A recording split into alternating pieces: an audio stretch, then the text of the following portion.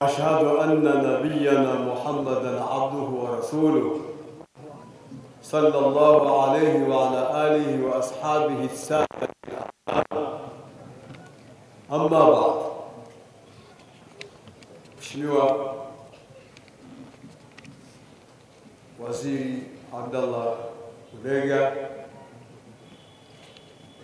Mheshimiwa mwenyeji wetu wa hadhara hii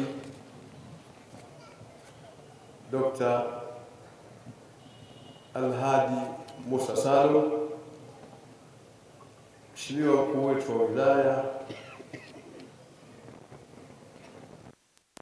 Fusale,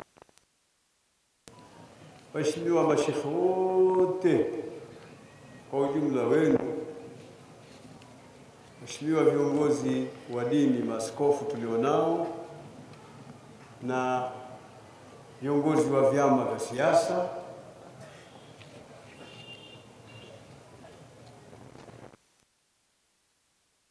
viongozi wa serikali, kila mmoja kwa walimu wa madaris, viongozi wa taasisi, wagombea mbalimbali, kina baba na kina mama, vyombo vya ulinzi, vyombo vya habari, wapenzi wa Mtume Muhammad sallallahu alaihi wasallam. Assalamu alaikum wa barakatuh.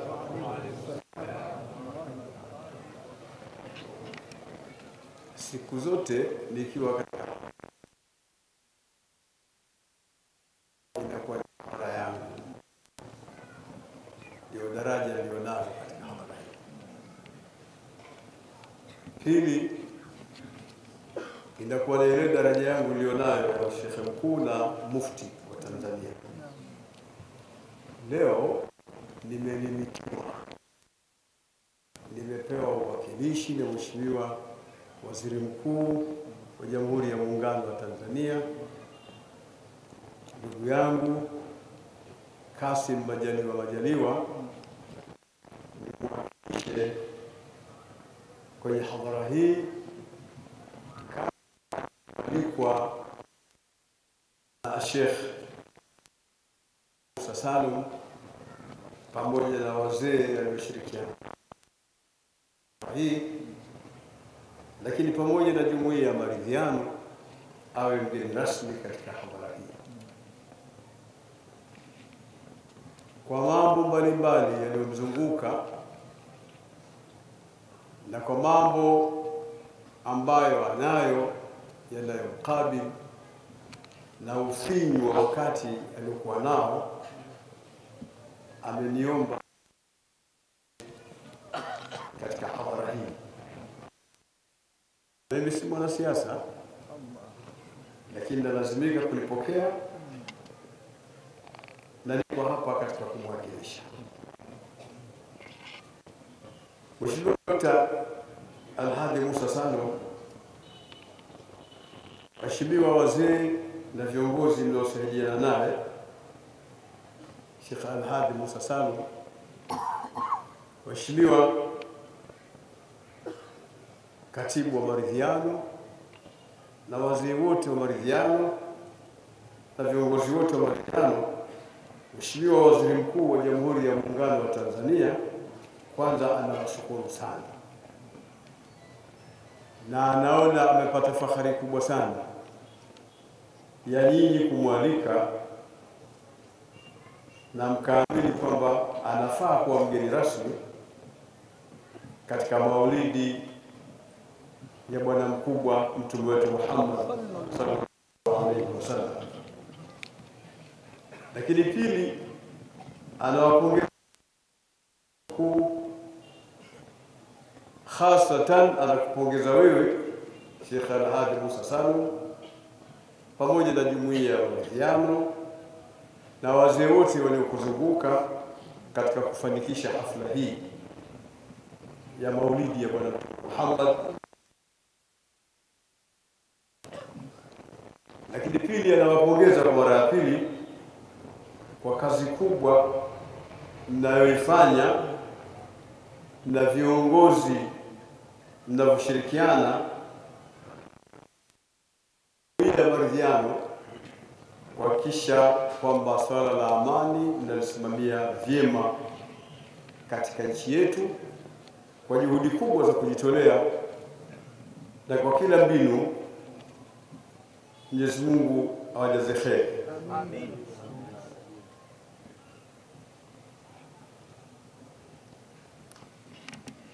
Ameniagiza ni wadokeze kidogo swala la kudumisha amani ambalo limezungumzwa sana na mashekhe waliotangulia mwanzo. Wamelizungumza watu pia katika salamu zao, salamu za viongozi mbalimbali na salamu za viongozi mbalimbali wa dini mbalimbali waliosimama hapa, wamezungumzia swala la amani. Ameniagiza nilisisitize kwamba ni swala muhimu sana na ni jambo ambalo liko katika wakati tulionao, jambo ambalo litakiwa kudumishwa. Kwa hiyo hii ndio kadhiyatu saa, ndio jambo lililopo katika wakati wetu. Hakuna linalofaa kuzungumzwa zaidi katika zama hizi na katika nyakati hizi tulizo nazo, na hasa katika kipindi hiki ambacho tunaendelea kujiandaa kwa ajili ya uchaguzi mkuu. Ni kipindi ambacho kama ilikuwa amani inahitajika zaidi, kipindi hiki inahitajika zaidi kuliko vipindi vingine vyote. Tunaagiza ni wadokezee swala la amani. Hapa nitie taarifa kidogo kwamba amani, kuna na baadhi ya watu ambao, hii ni taaliki yangu sasa katika maneno yaliyoagizwa, sio yake, natia taaliki yangu mimi katika hayo maneno yake, kwamba kuna na watu ambao wanaweza kuona hakuna umuhimu wa amani, lakini kuna na watu pia wanaona kwa nini ninazungumza sana amani, kwani hakuna jambo la kuzungumza. Hao mashekhe wameishiwa ni elimu mpaka ikawa maneno yao ni amani. Jamani, hakuna jambo kubwa kama kujua, hakuna jambo kubwa kama ilmu. Ilmu ni jambo kubwa. Islam Sheikh Omar hapa kutoka Dodoma kazungumza sana masuala ya ilmu. Ilmu ni jambo muhimu sana, na mtu akiwa na ilmu hayumbishwi wala hawezi akatolewa katika mstari, kwa sababu inayomsimamisha katika mstari ni ile elimu anayonayo. Kwa hiyo Mheshimiwa asema tuendelee kuhimizana kama mashekhe, tuendelee kuhimizana kama maustadhi, tuendelee kuhimizana kama makhatibu, tufanye kazi ya kutoa khutba katika msikiti, katika hafalati, katika zetu mbalimbali, kuhakikisha kwamba swala la amani ni jambo letu, ndio daidanu yetu sisi Waislamu.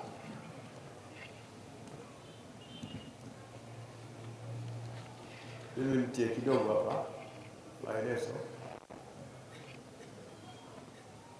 Jamani, Uislamu wenyewe ni dini ya amani, jina lake ni amani. Huo Uislamu tulionao ni amani. Hata Mtume sallallahu alaihi wasallam amezungumza sana amani. Muda hatuna, inahitaji masaa mawili kwa ajili ya muhadhara wa amani. Hapa tuko kwa ajili ya Mtume Muhammad sallallahu alaihi wasallam, na kila tulichokizungumza ndio kile ambacho ni sifa yake Mtume Muhammad.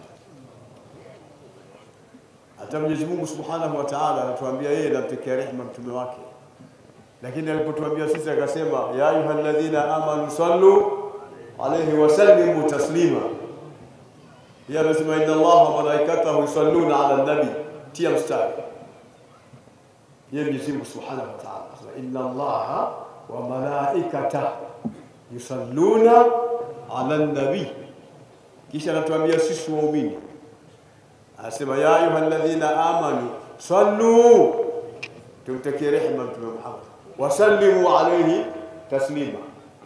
Ile wasallimu alayhi taslima imesimama katika masuala ya amani, tumtakie amani Mtume. Kuonesha tu muhimu wa amani. Mwenyezi Mungu ametuhimiza katika Qur'an masuala ya amani. Wale wageni wa Nabii Ibrahim walipokwenda kwa Nabii Ibrahim walisema qalu salama, walitoa maamkizi ya amani, amani bin nasb, kwa kunasibisha salama. Nabii Ibrahim walisema salamun alaykum qaumun munkarun,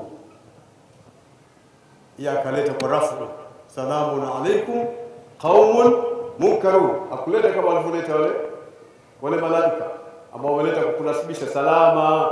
Qalu salama, ya akasema salamun alaykum qaumun munkarun. Tena wale ni watu ambao walikuwa hawajui. Nabii Ibrahim walipoingiliwa na wale wageni alikuwa hawajui yeye wale ni watu gani, ni wageni kutoka wapi, hajawagundua kama ni malaika au ni wageni kutoka wapi. Walikuja na shepu za kibinadamu. Waliposema salama, yeye akawajibu salamun alaykum, amani shuke juu yenu, qaumun munkarun, watu ambao sio maarufu, sio wenye kujulikana mbele zangu, watu siwajui kabisa, qaumun munkarun. Nabii Ibrahim alayhi salatu wasalam naye anajibu kwa amani. Huu wote ni msisitizo wa swala la amani. Kwa hiyo Qur'ani nzima ukisoma vizuri utakuta msisitizo wa swala la amani. Lakini hakuna jambo kubwa kama jambo la kuingia peponi. Kuingia peponi tayari unaambiwa ingie katika nyumba ya kheri, ya amani, nyumba nzuri na kila kitu.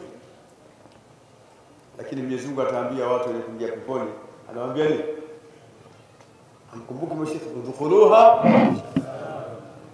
bisalamin aminin, ingieni katika pepo kwa salama na kwa amani. Sasa pepo si kila kitu. Mtume anatueleza katika pepo fiha mala ainun ra'at wala udhunun sami'at wala khatara ala qalbi bashar, yani huko katika pepo jicho halijapata kuona kabisa, masikio hayajapata kusikia, masikio pia hayajapata kusikia. Wewe umesikia vitu vingi katika dunia na kuna vitu vingi umeviona. Hivi vyote vilivyoko duniani na yale yote yanayosikia katika duniani, huko peponi utakuta vitu vipi ambavyo vilikuwa havipo katika dunia. Hukuwahi kuvisikia wala hukuwahi kuviona. Vipya. Ni mahala pazuri. Kuna mito, kuna nini, kuna kila kitu, kuna vyakula, kuna hurun 'ain kaamsali lu'lu'il maknun.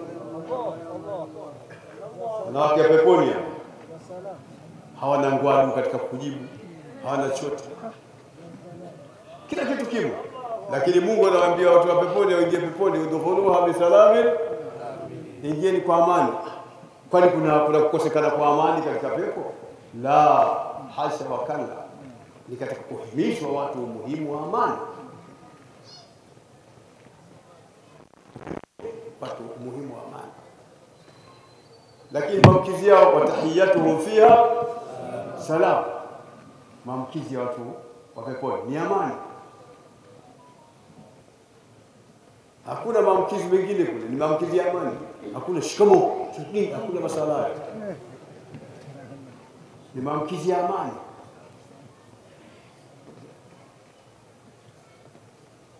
Lakini wakiingia watu peponi wataambiwa salamun alaykum tibtum fali'al uqba ad-dar, kuonesha amani shuke juu yenu enyi watu mlioingia peponi.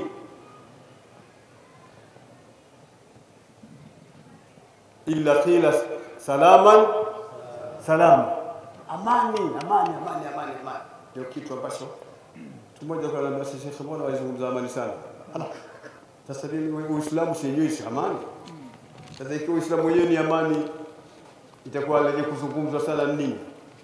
Jambo la amani, unaweza kusali bila amani? Hadi maelezo kutilia maelezo yanayoagiza Mheshimiwa Waziri Mkuu. Lakini Waziri Mkuu ameliagiza tena kujitokeza siku ya kupiga kura kwa utuvu na kwa amani, kisha mapema watu waiweke ile siku, wajiandae tarehe 28 kwa ajili ya tarehe 29 kwenda kupiga kura, kwa sababu kupiga kura ni haki ya kila mmoja, haki ya kila mmoja katika sisi. Na wewe usipoteze haki yako ukaacha kwenda kupiga kura. Kampigie yule yote unamtaka, kampigie. Hata kama utakuwa na chuki kwamba hutaki kwenda, sio atapita yule usiyomtaka. Haijakusaidia chuki, haijakusaidia. Utakuwa kama mtoto mdogo anakasirika kwamba hataki kula, anakasirika, anakimbia na nini, akirudi chakula kimekwisha. Analia tena mara ya pili. Sililia ukakimbia, hili kilio cha pili analilia, aletea chakula kingine. Kipi? Na wewe ulikimbia mwanzo. Waljununu fununu. Lazima tuangalie namna gani kufanya ile haki yetu. Chagua mtu unayemtaka, uwe na uchaguzi, ikhtiyar ni kitu muhimu. Wa rabbuka yakhluqu ma yasha'u wa yakhtar. Mungu wako anaumba kitakacho na anachagua. Hata Mungu anachagua katika mambo yake kwamba hivi uchaguzi wa Mwenyezi Mungu Subhanahu wa Ta'ala. Sasa na wewe jitokeze tarehe 29 Oktoba mapema, umeshaswali, ushamaliza nyiradi zako msikitini, muomba Mwenyezi Mungu Subhanahu wa Ta'ala siku yako ile iwe siku ya khair na baraka. Maana inavyotakiwa katika swala al-fajr. Baada ya hapo umuombe Mwenyezi Mungu mambo haya, muombe amani, muombe baraka, muombe riziki Mwenyezi Mungu Subhanahu wa Ta'ala. Kisha nenda kapige kura yako. Shamaliza kupiga kura unarudi nyumbani, unaendelea na mambo yako mengine, kama kazi yako, kama ufanya biashara, kama nani, endelea na mambo haya. Kwa hiyo Mheshimiwa Waziri Mkuu katika aliyoagiza ni yaseme kumsemea ni kujitokeza siku ya tarehe 29 mwezi huu wa 10 Oktoba 2025 kwa ajili ya kwenda kupiga kura. Nyingine ndio hili nililomalizia.